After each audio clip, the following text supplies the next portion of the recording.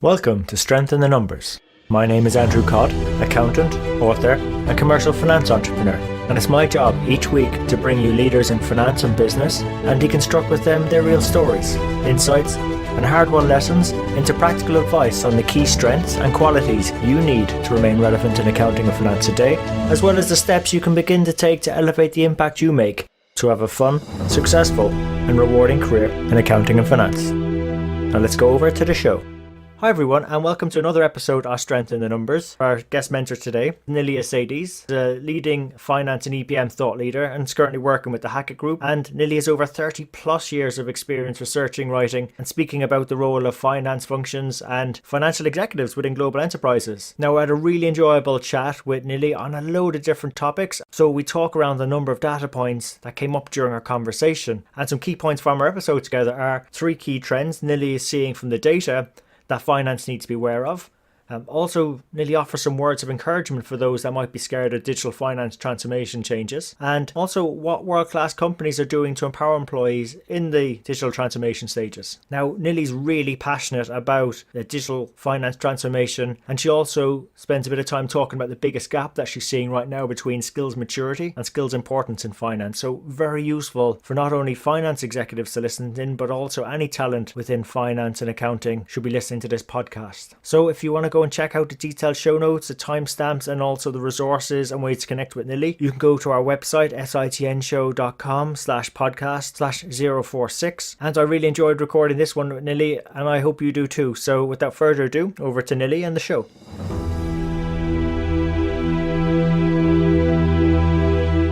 So I've been working in the finance space for just about 30 years. Mind you, I started very early. Fresh out of graduate school of journalism at Columbia, I was 19, which meant that when I first started working, I couldn't even go out and have drinks with my pals, which was I remember when I was 21, everybody took me out to drinks to celebrate, and it was a very momentous event. I started my career in journalism. I actually thought I'd be writing for the New York Times, but my first job was in a magazine that wrote about investment banking, and I was hooked after that. I think Wow. I have finance running in my blood. My dad is a banker. My mom is a CPA, and I was just born with it, so I guess I just couldn't avoid it.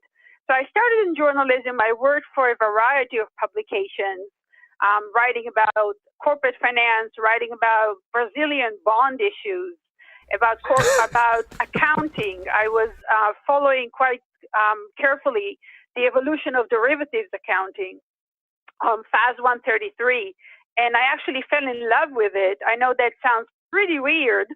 Yeah. I know. I was a FAS 133 groupie and attended all the FASB meetings on the topic. So that was one part of my career. After about 10 years in journalism, I joined a company that's called the Nilly Group. They had a very unique business model that I helped develop. They ran peer groups for finance professionals in different areas: foreign exchange, investment, treasury.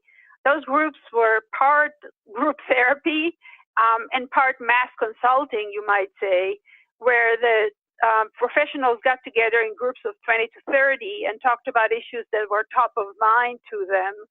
And that was a transition from journalism to something else.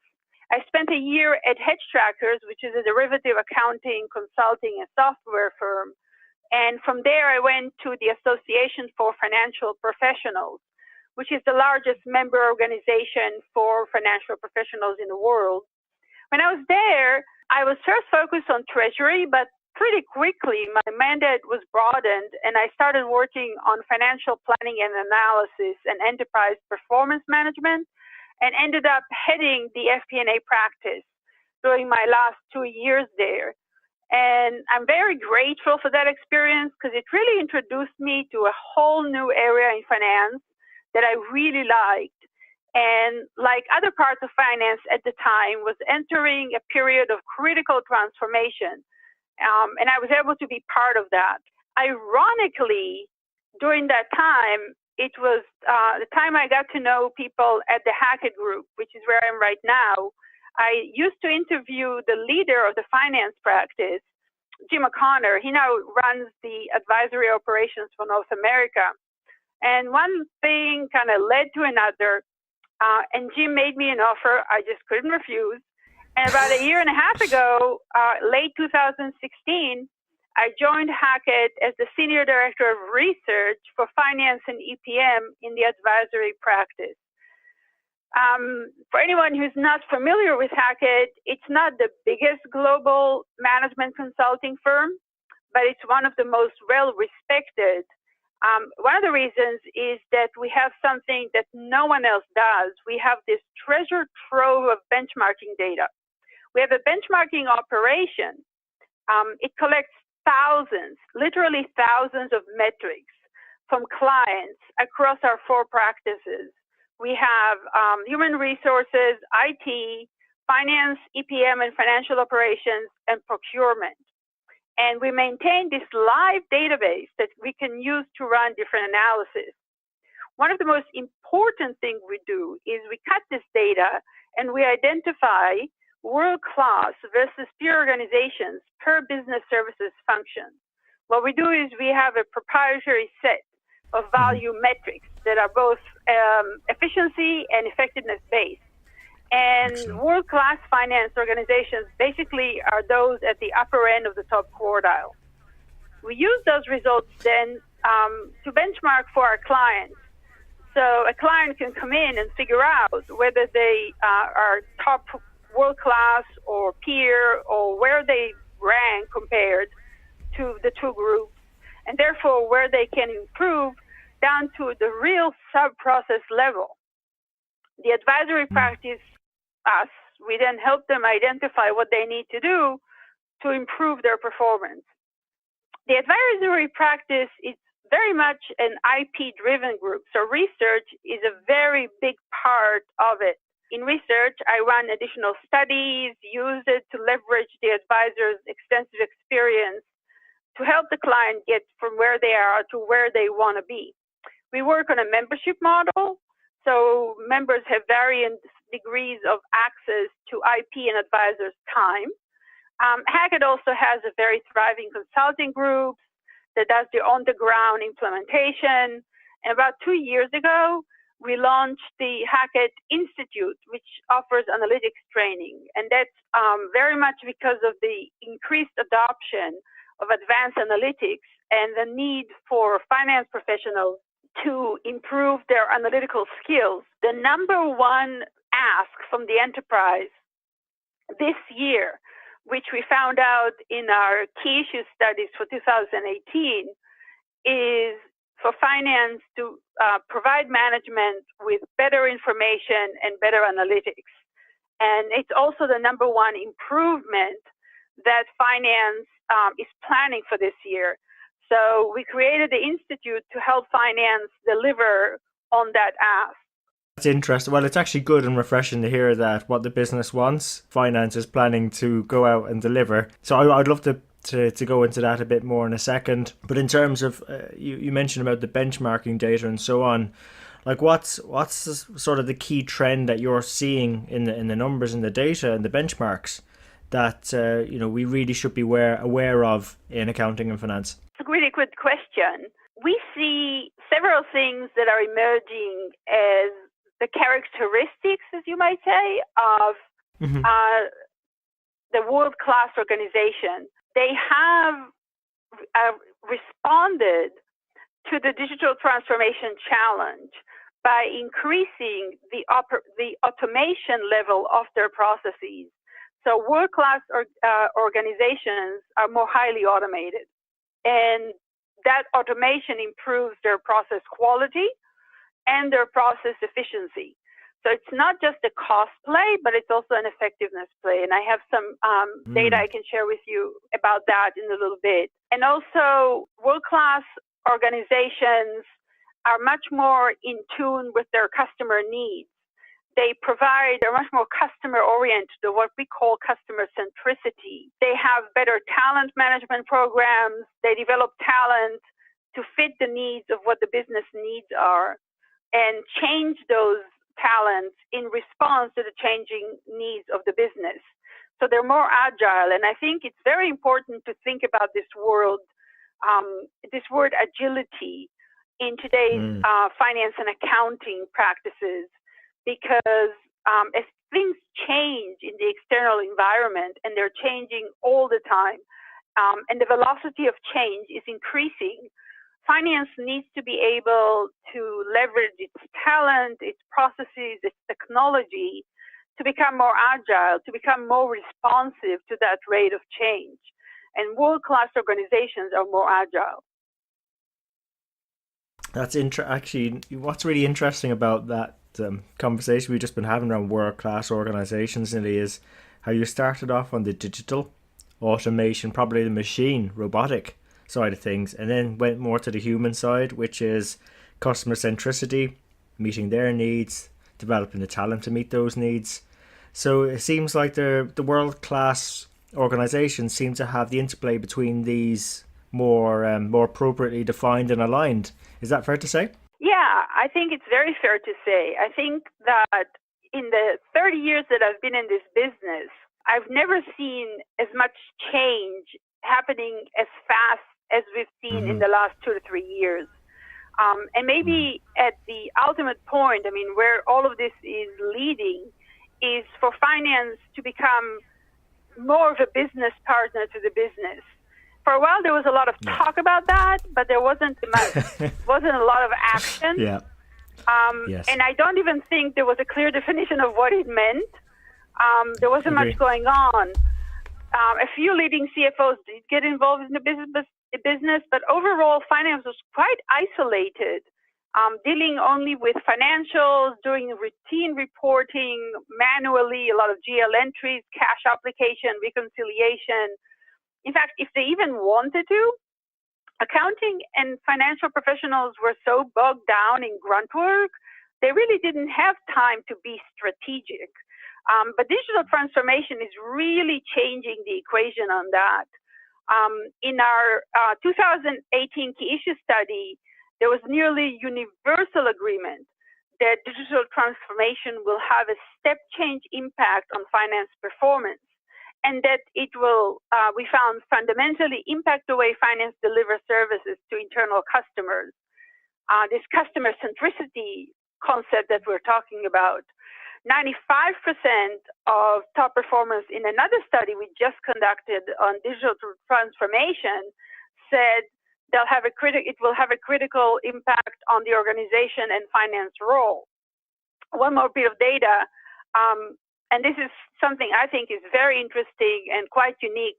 We have a proprietary model that calculates the digital opportunity for various business services functions. Okay. That sounds quite interesting. Yeah, this is interesting because what it does, and I can't go into the full details, but it's based on business, right? Because it's proprietary. But I can tell. Yeah, of course. But what it does is it leverages this extensive benchmarking database we're talking about. It takes it one step into analyzing what automation does to performance, both on efficiency and effectiveness metrics, and then it uses a factor to estimate what is the opportunity if automation went further into complete digital transformation for both our peer and world-class companies. And what we found this year, the numbers are just in for 2018, is that peer groups have the potential to shave 35% of their finance process costs. That's a huge number. That's and phenomenal. Yeah, and world-class companies, which we know already operate at a great degree of efficiency and effectiveness, can reduce their costs by 20%. And that's unreal. Yeah, and that includes an additional 5% of investment in technology, because really you can't do digital transformation without investment. It does cost something, and that's an imperative to do, but companies do shy away from it because there's a cost to it. But the cost it's has amazing, a payoff. isn't it? Yeah, exactly. It's like that's a 20% net improvement, and that's on already world class operations. Right. But I just have to laugh a bit because in finance, sometimes we're terrible at taking our own advice. We find these opportunities to deliver a return, right? And we still don't feel willing enough to stump up the money to pay for it all, and we're sort of shooting ourselves in the proverbial foot here. So like, is there any sort of things we can hang our coat on, pegs we can hang our coat on to sort of make finance a bit more willing to consider taking some baby steps into this sort of automation, this digital transformation piece, so that we can see the benefits on the process side? There are a couple of things. One is, in our study, we saw there's a high ROI. Finance loves numbers, right? We're finance people. We Yeah. love numbers. We want to show things like ROI, build a very solid business case, because that gets us the investment from management. So we did find that companies that have completed a digital initiative did show a high return over the largest. The majority Excellent. had a return of over 10%. So that's pretty good. And then we also found that one of the most important, so we talked about different technologies. Some of them are harder to justify than others, right? Because some of them, especially the ones that support knowledge-based processes like enterprise performance management, analytics, it's harder to make the link between the technology and the return, because the return may be a better choice, a better decision that led to an investment that has a bigger return. So it's sort of 3 degrees of separation. But in some technologies, the return is very clear, like robotics or robotics process automation, or what we call RPA. And we have big practice in that, that helps companies build robots and make the case for them. And RPA is typically applied to processes where efficiency is the issue. So RPA, what it basically does is takes out a lot of inefficiencies where previously was manual work, entering data from one system into another, or from a system into a website, automating things that used to be handled by people. Of course, that's a scary, and we can talk about that. That's a scary thing and a good thing. But it has a really clear return on investment because the process is faster, it's error-free or almost error-free, and it's cheaper. So if you use, as a company, taking those baby steps, start with technologies that have a clearer and more measurable return on investment. Use those to build credibility and buy-in from management and the business leaders around you. And those apply to core operational processes of the organization. So they're easy to justify and the returns are quite large. Use those to buy credibility and then use that to justify or build support for that next project, for that next initiative. That's great advice. And look, again, I encourage our audience. The returns are there, so don't necessarily have to wait for management to go and come up with these initiatives. We can come up with themselves, start building the credibility, and then those 3 degrees of separation you mentioned, Nilly, in terms of the bigger wins, is probably more top line impacting. Once the credibility is there, there's a better chance of those succeeding. But you did actually interestingly touch on a point about the scary nature of some of these changes for finance employees. And as much as you and me, we're probably quite optimistic about what digital means for our finance world and the transformation. There's some people maybe not as far along that journey. So you got any sort of words of encouragement to offer for those people? Absolutely. I think that I know it can be scary. So the implications for finance talent can be scary or can be exciting depending on who you are. A lot of people will be threatened by the changes and some will embrace them. Ultimately, there's no choice because this change is happening. So that's kind of the bottom line. But the problem is that one problem is that finance organizations are far from being prepared. We had a finance talent survey last year, and we found that only half of finance organizations have come up with a talent strategy for the digital age, and less than half know what the new roles would look like or have the right talent in place. So, some jobs will be eliminated, but eventually new roles will be created as well. They will require different skills. So what I say is, and I've seen talent development programs that are very at a high level, very developed. That we're working with clients, and I'm doing a series of case studies with companies like Bosch and Maersk in Europe and HP in the US that have developed very intricate, very comprehensive talent development strategies. One of the common threads is that they really focus on giving the employees, empowering the employees to chart their own career path. They're offering the training, they're offering the support, the mentoring, the rotational programs, but they're telling their people, you are in charge of your own career. And I think it's critical now more than ever that people realize that things are not just going to happen to them, right? They're going to have to take charge if they want to be successful, even if it's scary, even if it's intimidating. Look around and see what's available to develop your skills for what is going to be needed in the future. They need own your career development and those future finance skills.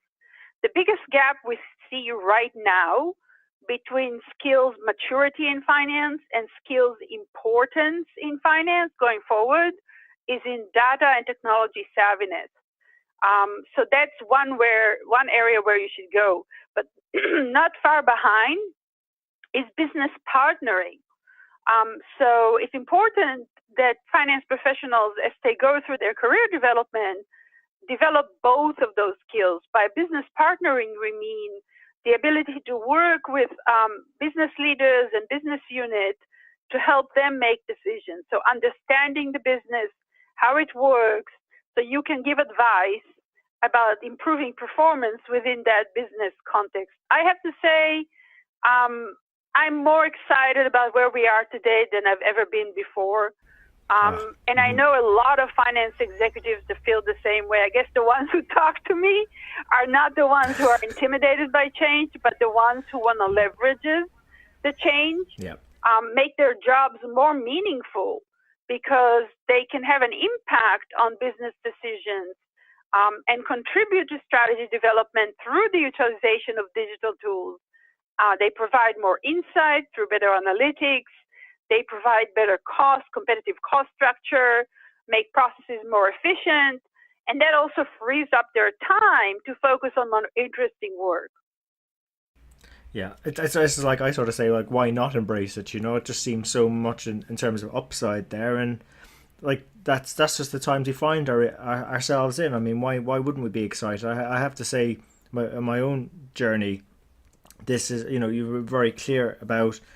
It's up to ourselves if we want to embrace it or not. In fact, I don't really think there's a choice. I think we sort of have to. Mm-hmm. And that's you're right. This has never been a more exciting time. That's why, in terms of the name of this show, Strengthen the Numbers, I just don't think we've ever been at a stronger time in finance's history to deliver the right insights, develop even better influence, and build out in the businesses, and also contribute a massive impact to top and bottom line performance that we've not been able to do before, particularly if we touch those two areas you mentioned, which is data and technology savviness and finance business partnering. We improve those, then I think we'll start seeing the value being delivered, not only in terms to our businesses but also to our own careers. So it's never been a better time for businesses or finance professionals to be involved in our work. So so really appreciate you going into that, Nilly, and I want to be respectful of your time. We could talk all day about these fantastic insights. I would love to talk about it all day. I know, but I know you've got a meeting coming up, so I'll be respectful. But is there sort of any other areas that's currently exciting you about your working in around finance and accounting? So I think a couple of areas, advances in terms of advances in technologies and what's coming, what's down the road for finance. And I agree with you. There's never been a better time, I think, to be in finance in terms of the influence and the value proposition for finance. We're looking at a couple of areas in addition to RPA where there's a huge value proposition to be had. One is artificial intelligence, and the other one is ERP in the cloud. With artificial intelligence, it's developing so quickly and in such interesting ways. It's actually, the market is expected to grow by some estimates 42 times between 2016 and 2025. So it's a massive growth. And I can envision a time where you can sit in front of your computer, and I kind of talk about it in terms of interaction with the machine, and this conversationalist role in finance, where you would sit in front of your laptop or screen and talk to the machine and say, hey, I'm trying to figure out the revenue trends between 2014, 2017, and compare them to these revenue trends and understand the difference and why there's a difference and what does it mean for our future. And the AI, the machine, would just go back and do the analysis and not only come back and say, well, here's what it means, but also say, I think that this is what you should do about it. So it's going to completely change the way we deal with technology and also increase the level of value, the amount of value we can then have when we go to management as finance and accounting professionals and have that next conversation. It's going to be a much better conversation. The other thing we see is greater adoption and interest in adoption of ERP in the cloud. We all know how painful it's been to implement ERP systems. It's been taking years and millions of dollars for so many companies. And primarily, we see companies with a mishmash of systems, multiple instances of the same system. So hard for these systems to talk to one another. One way to get around that, and this is for the core operational systems of the organization, one way to get around that is go to the cloud. It's cheaper. It's going to solve these issues of data that's in silos and dramatically improve the way the companies operate and their performance. So I think there's more to come. Definitely. And what a great position to be in. Yeah. We're already doing, we've already got great opportunities now and into the future. I mean, come on, what a place to have a great career. So, and add value to the business. So, look, really appreciate those insights, Nilly. Sort of got a few quick fire questions for you. Given that, you had a 30 plus year in finance and accounting, you must have had some really great advice along the way, either inside work or outside. Personally, so what's the best bit of advice you've ever received? The best advice I ever received, and the hardest advice I've had to follow, is because I've heard it from every boss I've had for the last 20 years, is to maintain some kind of a life-work balance. I've been so passionate about my work, and I'm sure a lot of finance and accounting professionals are in a similar position, that it's been hard to have a life that is separate from my work. And for all of us, with the advent of digital technologies, work is just pervasive. It's with us all the time. I work remotely, so work is around me in my home. So I've been trying to keep some kind of balance, but I have to say, in 20 years, I still haven't been able to do this very well. And my bosses are still on me for it. It's like the one negative thing I get in performance evaluation. Work less, which is kind of a strange thing to hear. Yeah, actually, I suppose that's one of the benefits. Like myself being based in the southwest of Ireland, we're fairly laid back here. So I had the same now when I used to work in London and so on, and I regularly travel sort of to the US as well. You sort of need that time to recharge, and it's great to come back here because I'm sort of forced to do it. Otherwise, I probably wouldn't be able. So that's one tip, but I think it's great advice. So at least the intent's there anyway, Nilly, right? Yep, try. Yeah. So I should try. So look, and yeah, no, it's good. It's a good start anyway, having the intent. So look, in terms of resources now, some of our listeners could follow up on. Is there sort of any books or other resources you could recommend that they go check out? So there are a couple of books I really recommend. I think they're kind of a must-read. At least I felt they were a must-read. One quick recommendation is a book that I read twice. It's called Thinking Fast and Slow by Daniel Kahneman. He's a behavioral economist. And the other is The Second Machine Age, Work, Progress, and Prosperity in a Time of Brilliant Technology by Andrew McAfee and Eric, and I'm going to butcher this last name, it's Scandinavian, Brian Jolfenson. Just search by Andrew McAfee or the name of the book. Thinking Fast and Slow is kind of a general behavioral economics book, but it goes to the core of how we make decisions. And I think with the advent of an AI and digital technologies, we need to understand how humans are sometimes irrational and why we are, and why machines may do a better job. And The Second Machine Age is probably the best book I've ever read about digital transformation. It's quite current, but yet it puts it in a broader historical context. And it talks about the impact on society and people, which I like because it acknowledges the potential dangers, but it also presents a very optimistic view of how it's going to shape our future as workers and employees, which I think, as we said, is a great concern to a lot of people. So true. I highly recommend people. I've not read the second book, but I definitely will. But the first one, it's so important. I think particularly as it bridges that gap between data and technology savviness and business partnering, and allows us to bring those forward, because ultimately businesses want finance and accounting teams to help them make better decisions, drive better outcomes. So great resources. I really appreciate you recommending them, Nilly. And in terms of our audience, if they want to reach out to you or follow up with you, where's the best place to find you at? So there are a couple of resources that I think you're going to provide in the notes to your podcast. Several pieces that we have made public through Hackett. You can reach me on LinkedIn under my name, Nilly Essaides. I'd love to connect. I write at least 3 blogs a month, and they're all available. Additionally, you can just email me, and I'd love to talk at Essaides, first initial N, Essaides at thehackettgroup.com.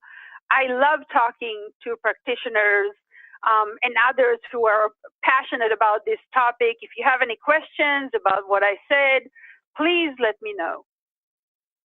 Fantastic. Really appreciate you sharing those, Nilly. And again, I'm going to put the links to what we've discussed, and also maybe some of the research you've done and kindly shared, Nilly. Absolutely. I'm going to put those as well in the show to. notes. So, and obviously I know the Hackett Group run various events to help people in our industry and our profession do better for our organisations and get more out of our careers. So look, I will share those as well. Yes, we do have, I'm sorry to interrupt you, but we do have a conference coming up it starts April 30th, but through May 2nd, called the Best Practices Conference. It brings together about 300 senior executives across business services function. There's a big finance representation and a really interesting finance track. One of the keynote speakers is the HP Global Controller, and she's going to talk about exactly the issues we've been talking about, how they've used digital transformation to transform the finance practice, the finance operation at HP. So we'll provide that link as well. I think there are more spots available at this point. Not too many, but there's some available to attend the conference. Of course, we'll make that available in the show notes as well, Nilly. So, Nilly, look, thanks for being such a great guest and sharing your story from those Brazilian bonds and the FASB derivative accounting all the way through to some fantastic insights that are so relevant for us now to actually remain relevant and add value into the future of accounting and finance. So really, again, appreciate you taking the time to be with us today. Happy to have done that. Really enjoyed our conversation as well. So there you have it. Hope you enjoyed today's show. If you'd like to know more about our guests today, their bio, and follow up on the resources mentioned during the show, you can find all the relevant links and more at sitnshow.com. There you'll also be able to get access to earlier shows, read the latest blogs.